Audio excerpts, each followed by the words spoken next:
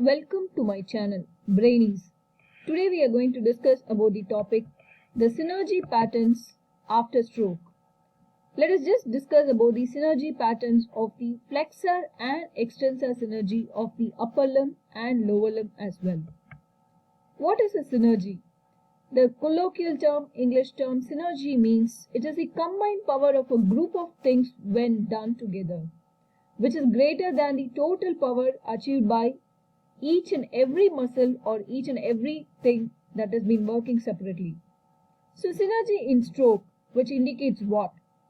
Synergies are defined as the coordinated movements of a group of muscles. It has been suggested that the central nervous system encodes a set of synergy patterns and it combines them in a task-dependent fashion in order to generate the muscle contractions, which leads to the desired, intended, purposeful movement, thereby minimizing the wastage of energy. Let us just see the flexor synergy of the upper limb. The typical flexor synergy of the upper limb post-stroke includes the following. It involves scapular retraction and elevation. This is the diagram. The first one, A, shows the flexor synergy pattern.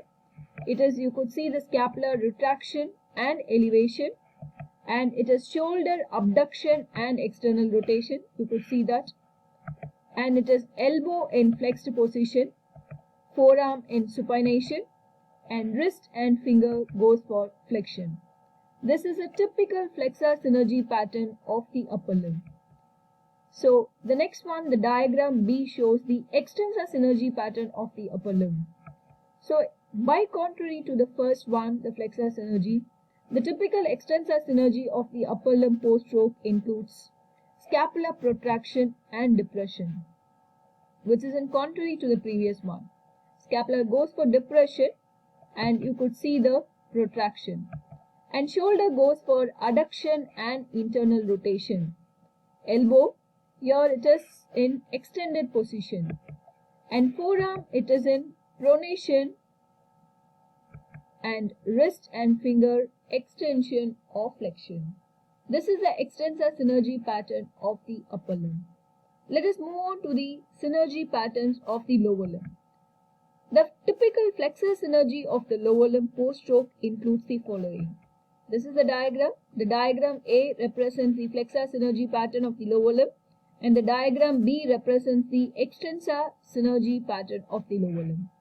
So the flexor synergy pattern of the lower limb, it includes hip is in flexed position and hip is in abduction and external rotation, knee is in flexed position, ankle is in dorsiflexion and inversion, and toes remains dorsiflexion.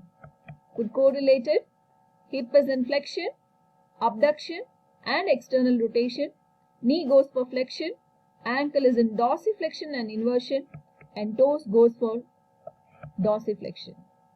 So the diagram B shows the extensor synergy pattern of the lower limb. So the typical extensor synergy of the lower limb post-stroke includes the following. Hip goes for extension. It is by contrary to the previous one. Hip goes for extension, adduction and internal rotation. Knees goes for extension. Ankle goes for plantar flexion and inversion, and toes goes for plantar flexion. You could see it in the diagram. The diagram B shows the extensor synergy pattern, which indicates hip extension, adduction and internal rotation.